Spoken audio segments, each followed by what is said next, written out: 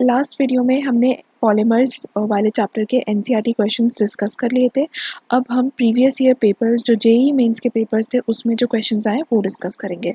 तो पहला क्वेश्चन है, nylon threads are made of, हमारे पास ऑप्शंस है polyester polymer, polyamide polymer, polyethylene polymer and polyvinyl polymer.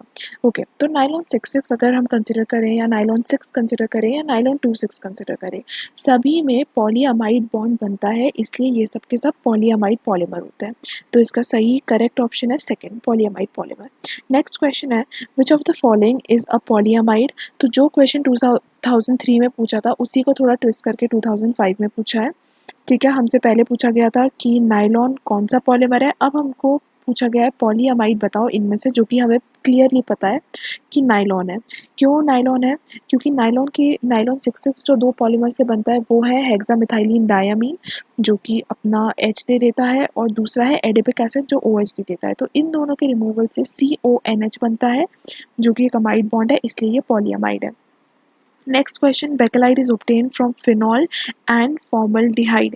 ये बिल्कुल हमें बिल्कुल मग्ड अप होना चाहिए कि फिनॉल और फॉर्मल्डिहाइड दो मोनोमर्स है बेकेलाइट के, क्योंकि बेकेलाइट बहुत ही इंपॉर्टेंट पॉलीमर है, क्योंकि ये पहला man made artificially prepared polymer था, जिससे हमेशा क्वेश्चन आता ही आता है। नेक्स्ट क्वेश्चन है, Buna N synthetic rubber is copolymer of. तो ब्यूना एन नाम से हमको इसके पॉलीमर पता लगाने हैं, BU से पता लग रहा है ब्यूटाडाइन। तो अब देखते हैं कौन कौन से जो ऑप्शन है जिसमें ब्यूटाडाइन है। तो पहले ऑप्शन में हमको ब्यूटाडाइन दिख रहा है और थर्ड ऑप्शन में हमको ब्यूटाडाइन दिख रहा है, यानी कि सेकेंड ऑप्शन में भी ब्यूटाडाइन है। ओके, तो हमें फोर्थ ऑप्शन में क्लियरली ब्यूटाडाइन नहीं दिख रहा है, बाकी तीनों ऑप्शन में ब्यूटाडाइन है। तो अब हम देखेंगे कि सेकेंड मोनोमर कौन सा है। तो BU से तो हमें ब्यूटाडाइन पता चल जाता है और N से हमें पता चलता है एक्राइलोनाइट्राइल। तो अब इन तीन ऑप्शन में से कौन सा है जिसमें एक्राइलोनाइट्राइल है? क्लियरली दिख रहा है थर्ड ऑप्शन में एक्राइलोनाइट्राइल है। तो हमारा सही ऑप्शन हो जाएगा ये वाला। फिर हम नेक्स्ट क्वेश्चन पे आते हैं, the polymer containing strong intermolecular forces that is hydrogen bonding. हमने जब क्लासिफाई कर रहे थे पॉलीमर्स को तो एक क्लासिफिकेशन था जो बेस्ड था किस पे? इंटरमोलिकुलर फोर्सेस पे। उसमें हमने 4 कैटेगरी में कैटेगराइज करा था, जिसमें से जो सेकेंड कैटेगरी थी वो फाइबर्स की कैटेगरी थी।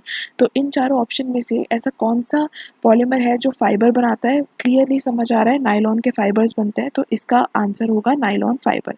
नायलॉन 66 होता है जिसमें हाइड्रोजन बॉन्डिंग होती है। नेक्स्ट क्वेश्चन है, which one is classified as a condensation polymer. अब कंडेंसेशन पॉलीमर क्या होता है? दो मोनोमर्स कंडेंस होते हैं और एक मॉलिक्यूल का रिमूवल होता है। एक्राइलोनाइट्राइल अगर हम देखें तो एक्राइलोनाइट्राइल में क्या होता है? CnCH डबल बॉन्ड CH2, यानी कि अनसैचुरेटेड कंपाउंड, यानी कि अनसैचुरेटेड मोनोमर एडिशन पॉलीमर देगा।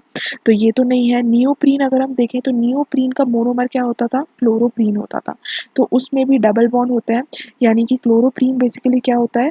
2-chloro-1,3 butadiene. तो इसमें भी डबल बॉन्ड है, ये भी एडिशन पॉलीमराइजेशन देगा और एडिशन पॉलीमर बनाएगा। फिर अगर हम डेक्रोन देखें जिसको टराइलिन भी बोलते हैं, तो उसमें टरथैलिक एसिड यूज़ होता था और इथाइलिन ग्लाइकॉल यूज़ होता था। तो इन दोनों के कंडेंसेशन से वाटर का रिमूवल होता था और हमें कंडेंसेशन पॉलीमर मिलता था।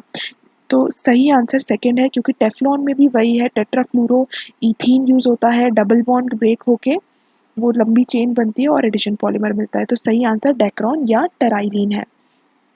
Next question, which polymer is use in the manufacture of paints and lacquers. ये हमने जब ग्लिप्टिल पढ़ रहे थे तब मैंने वहाँ पे एक डायग्राम भी बनाया था पेंट का। तो ग्लिप्टिल जो है वो पेंट और लैक्वर्स बनाने में यूज़ होता है। क्यों? क्योंकि ग्लिप्टिल जो है वो इवेपोरेशन पे एक टफ फिल्म फॉर्म करता है। जैसे कि हम पेंट वॉल पे लगा देते हैं तो टफ फिल्म बनती है, तो वैसे ही ग्लिप्टिल एक टफ फिल्म फॉर्म करता है, इसलिए इसको पेंट्स और लैक्वर्स में डालते हैं। तो मूविंग ऑन, हमारा नेक्स्ट क्वेश्चन है, ट्रांसफॉर्म ऑफ पॉलीआइसोप्रीन। ओके, तो पॉलीआइसोप्रीन क्या है? पॉलीआइसोप्रीन नेचुरल रबर है। इस नेचुरल रबर का मोनोमर क्या है? आइसोप्रीन है, नाम में ही पता चल रहा है पॉलीआइसोप्रीन। तो ये जो आइसोप्रीन मोनोमर है ये दो आइसोमर्स में एग्जिस्ट करता है। इसका पहला आइसोमर है सिस फॉर्म, दूसरा आइसोमर है ट्रांसफॉर्म। अभी तक हमने जो नेचुरल रबर पढ़ी थी उसमें हमने सिस फॉर्म पढ़ा था, लेकिन अगर इसका ट्रांसफॉर्म देखा जाए तो फिर जो रबर हमें मिलती है उसको हम बोलते हैं गुटा पर्चा। ये याद रखने वाली चीज़ है, you have to mark this up. ठीक है, इसको गुटा पर्चा बोलते हैं। गुटा का मतलब होता है गम, पर्चा का मतलब होता है ट्री, तो ऐसी गम जो ट्री से ऑब्टेन करते हैं उसे गुटा पर्चा बोलते हैं। और ये क्या है, आइसोप्रीन के ट्रांस फॉर्म का अगर पॉलीमराइजेशन करें, आइसोप्रीन के ट्रांस फॉर्म का अगर पॉलीमर बनाए तब हमको गुटा पर्चा मिलता है। Okay, second question, wash and wear clothes are manufactured using. Wash और वियर मतलब ऐसे क्लोथ्स जिनको वॉश करें और सीधे पहन लें, उनको आयन करने की ज़रूरत नहीं है, यानी उनमें क्रीजेस नहीं आती हैं। तो ये हमने कहाँ पढ़ा था, जब हम टेराइलिन के यूजेस पढ़ रहे थे तब हमने पढ़ा था कि टेराइलिन को वुल में मिक्स करते हैं तो टेरी वुल मिल जाता है, कॉटन में मिक्स करते हैं तो टेरी कॉट मिल जाता है। अब इसको मिक्स क्यों करते हैं इन फैब्रिक्स में, ताकि हमको क्रीजलेस फैब्रिक मिल सके, ऐसा फैब्रिक जिसमें क्रीजेस नहीं आती हैं। तो डेफिनेटली इसका आंसर क्या है, टेराइलिन fibres. Next question, in the manufacture of polythene by Ziegler process using ethylene, the temperature for proper polymerization required is, ये आपको याद रखना पड़ेगा, 50 degree to 80 degree Celsius. Next question, high density polythene can be prepared from ethylene by Ziegler Natta process. Very important, Ziegler Natta ने अपना एक catalyst दिया था जिसके लिए उनको जो कैटलिस्ट था वो था जिंक ऑक्साइड और टाइटेनियम क्लोराइड। तो ये कैटलिस्ट उनने जो दिया था इसके लिए इनको नोबेल प्राइज़ भी मिला था। तो हाई डेंसिटी पॉलीथीन की प्रिपरेशन को जीगलर नाटा प्रोसेस भी कहते हैं। Next question is nylon 6 is, तो इसमें हमसे नाइलॉन 6 का कॉमन नाम पूछा है, तो ये भी याद रखने वाली चीज़ है। नाइलॉन 6 का कॉमन नाम परलॉन होता है। Next question, melamine is, okay, तो मेलामाइन हमने कहाँ पढ़ा था, मेलामाइन के हमने यूजेस देखे थे। तो जो मेलामाइन था वो क्रॉकरी प्लेट्स बनाने में यूज़ होता था। तो क्रॉकरी प्लेट्स मतलब सॉलिड। तो हम सारे ऑप्शन कंसिडर करते हैं। क्या मेलामाइन गैस हो सकता है, नहीं। लिक्विड हो सकता है, नहीं। वाइट क्रिस्टलाइन सॉलिड, हाँ ये सॉलिड हो सकता है। कोलॉइडल सोल्यूशन भी नहीं हो सकता। तो सही आंसर वाइट क्रिस्टलाइन सॉलिड है। फिर हम उसको अलग अलग कलर कर सकते हैं ताकि हम अलग अलग टाइप की प्लेट्स बना सकें। फिर नेक्स्ट क्वेश्चन है, इबोनाइट इज, हमें 4 ऑप्शन दिए हैं, ये भी बिल्कुल आपको याद रखना पड़ेगा कि इबोनाइट क्या है। इबोनाइट एक हाईली वल्कनाइज्ड रबर है। जैसे कि हम नेचुरल रबर का वल्कनाइजेशन कर देते हैं, तो इबोनाइट एक एग्जांपल है उस हाईली वल्कनाइज्ड रबर का। फिर नेक्स्ट क्वेश्चन है, polymer used in bullet proof glass. Okay, so this you have to remember, कौन सा पॉलीमर यूज होता है बुलेट प्रूफ ग्लास में, दैट इज PMMA। अब P stands for poly, M stands for methyl, another M stands for meth and A stands for acrylate. Okay, so PMMA polymer use होता है bullet proof glass बनाने के लिए, जिसको acrylic glass या पेक्सी glass भी कहते हैं। Moving on to next question, the monomers used in production of nylon 66 are, हमें बिल्कुल अच्छे से पता है नाइलॉन के जितने भी पॉलीमर्स होते हैं, नाइलॉन 6 हो, नाइलॉन 26 हो या नाइलॉन 6 हो, जो नंबर है ये 6 या 2, ये रिप्रेजेंट करते हैं कि कितने नंबर ऑफ कार्बन एटम्स हैं मोनोमर्स में। ठीक है, तो इसमें दो मोनोमर्स यूज होते हैं। पहला है हेक्सामिथाइलिन डायमीन और दूसरा है एडिपिक एसिड। तो यहाँ पे सही ऑप्शन है सी। फिर हमारा नेक्स्ट क्वेश्चन है, which of the following is Teflon. तो टेफ्लॉन एक पॉलीमर है जो किससे बनता है, टेट्राफ्लोरोईथीन से। तो टेट्राफ्लोरोईथीन में क्या करेंगे, बस जो डबल बॉन्ड है उसे ब्रेक कर देंगे, दोनों साइड बॉन्ड लगाएंगे, होल करके एन कर देंगे। तो ऐसा कौन सा पॉलीमर हमें इसमें दिख रहा है, सी ऑप्शन दिख रहा है। So C is the correct option. फिर नेक्स्ट क्वेश्चन है, which one of the following polymers may be classified as step growth polymer. तो पॉलीमर हमने जब क्लासिफिकेशन पढ़ा था तो हमने 2 टाइप के पढ़े थे, addition polymer and condensation polymer. Addition polymer को हम चेन ग्रोथ पॉलीमर भी कहते हैं, और जो कंडेंसेशन पॉलीमर थे, हमने कंडेंसेशन पॉलीमर पढ़े थे, तो कंडेंसेशन पॉलीमर को हम स्टेप ग्रोथ पॉलीमर भी बोलते थे, स्टेप ग्रोथ पॉलीमर। ओके, तो अब हमको इसमें से बस इतना पता लगाना है कि कंडेंसेशन पॉलीमर कौन सा है। टेफ्लॉन नहीं है, क्योंकि वो टेट्राफ्लोरो, अभी जस्ट हमने ऊपर देखा है कि वो डबल बॉन्ड, ऐसा ऐसा टेफ्लॉन का जो मोनोमर है उसमें डबल बॉन्ड आता है, यानी वो एक एडिशन पॉलीमर देगा। पॉलीविनाइल क्लोराइड, विनाइल क्लोराइड में भी डबल बॉन्ड आता है, वो एडिशन पॉलीमर देगा। पॉलीथीन, तो बेसिकली इसका आंसर है नाइलॉन 66। फिर नेक्स्ट क्वेश्चन है, the species which can best serve as initiator for the cationic polymerization. Okay, तो जब हमने एडिशन पॉलीमराइजेशन का मैकेनिज्म पढ़ा था तब हमने देखा था 3 टाइप के मैकेनिज्म होते हैं। Okay, there were 3 types of mechanism. पहला मैकेनिज्म जो था वो था फ्री रेडिकल मैकेनिज्म, दूसरा जो था वो था कैटाइनिक मैकेनिज्म, और जो थर्ड था वो था एनायनिक मैकेनिज्म।